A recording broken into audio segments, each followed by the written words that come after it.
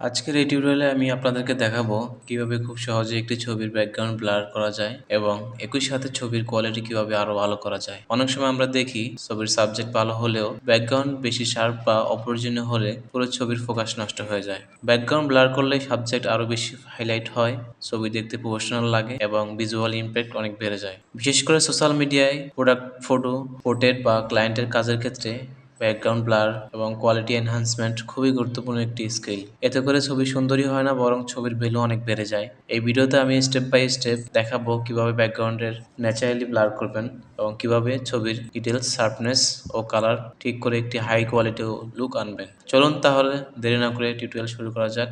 প্রথমে আমরা যে ছবিটা এডিট করব সেটি ফটোশপে ওপেন করে নিচ্ছি। সবসময় চেষ্টা করুন ভালো রেজলিউশনের ছবি ব্যবহার করতে, এতে কোয়ালিটি ইমপ্রুভ করা আরও সহজ হয়।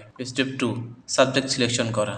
এখানে আমি পেন টুল ব্যবহার করে সাবজেক্টটাকে খুব সুন্দরভাবে সিলেক্ট করব। সিলেক্ট সাবজেক্ট অথবা অবজেক্ট সিলেকশন দিয়ে করতে পারেন। এই স্টেপটা খুব গুরুত্বপূর্ণ, কারণ সিলেকশন যত নিখুঁত হবে ব্যাকগ্রাউন্ড ব্লার তত বেশি ন্যাচারাল দেখাবে। আমি আগেই পাত করে রেখেছি। Step 2, mask. আমরা ব্যাকগ্রাউন্ড থেকে একটা ডুপ্লিকেট করব, তারপর এটাকে মাস্কে তৈরি করব। মাস্ক সুন্দর হওয়ার জন্য চুলের জায়গাগুলো যতটা সম্ভব কাছাকাছি দিয়ে আমরা নেওয়ার চেষ্টা করব।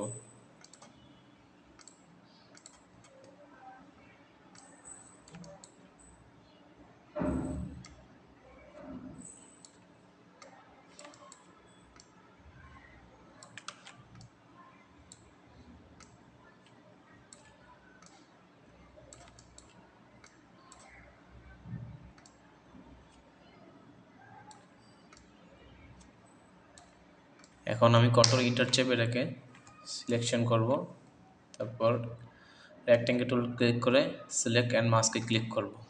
এখান থেকে দ্বিতীয় অপশনটা এবং ভিউ থেকে আমরা ওভারলি মোডে দিব। তারপর এখান থেকে আমরা আউটপুট যেটা হবে লেয়ার মাস্ক, এটাকে দিয়ে আমরা রিমেম্বার সেটিং চেক মার্ক করে দেব, তাহলে সেটিংসটা সেভ হয়ে যাবে। এবার আমার অবশিষ্ট যে চুলগুলো রয়েছে সেগুলোতে আমরা ব্রাশ করব। সুন্দর করে আমাদের চুলগুলো মাস্কিং করে বের করে দেব।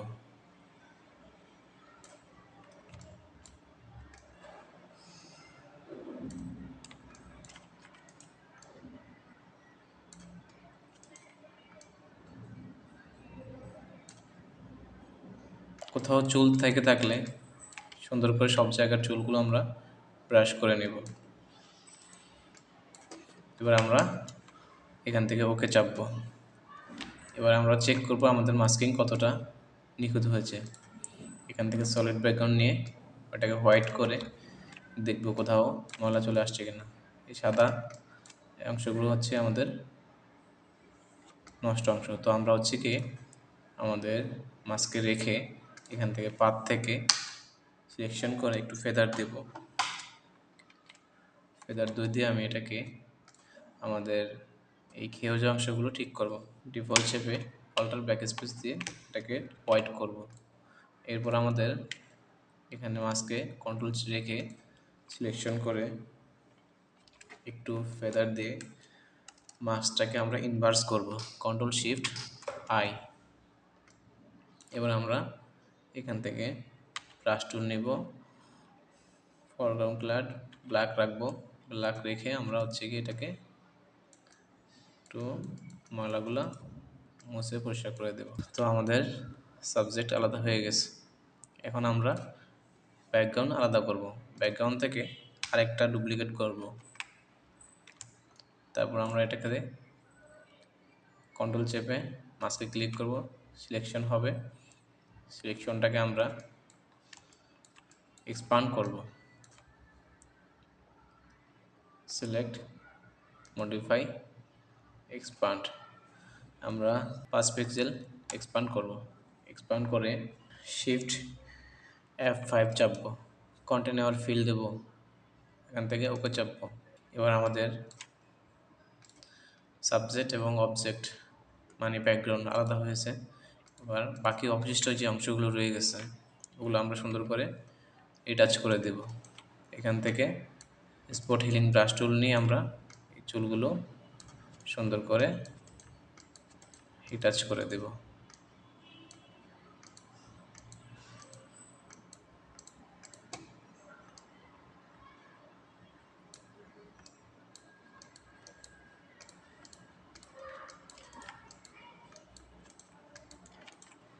আমরা দেখবার কোথাও কোনো অবশিষ্ট অংশ রয়ে গেছে কিনা, তো সেখান থেকে আমরা এগুলাকে সুন্দর করে রিটাচ করে দেব।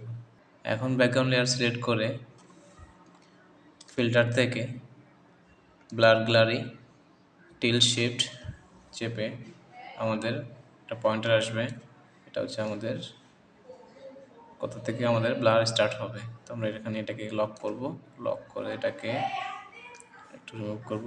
গ্রাজুয়ালি এখান থেকে ডিপ এবং স্লোলি কমতে কমতে এখানে হচ্ছে গিয়ে ব্যাকগ্রাউন্ড এসে ব্লারের মাত্রা কমবে। তো আমরা এটাকে ধীরে ধীরে বাড়াবো, যতটুকু প্রয়োজন আমরা এখান থেকে বাড়িয়ে নিব। এখানে খুব বেশি ব্লার না দিয়ে ছবির টাইপ অনুযায়ী একটি ব্যালেন্স ব্লার ব্যবহার করব, যাতে ছবিটা ফেক না লাগে। এখান থেকে আমরা এবার ওকে দেব। এখন আমরা ছবির কোয়ালিটি ইমপ্রুভ করব। আমরা দুটোকে একসাথে ধরে কন্ট্রোল অল্টার ই চেপে মার্চ করব। মার্চ করে এখান থেকে আমরা ক্যামেরাতে যাব, ফিল্টার, ক্যামেরা ফিল্টার, এক্সপোজার একটু বাড়িয়ে দেব, কন্ট্রাস্ট একটু দেব, হাইলাইট একটু কমিয়ে দেব, আর একটু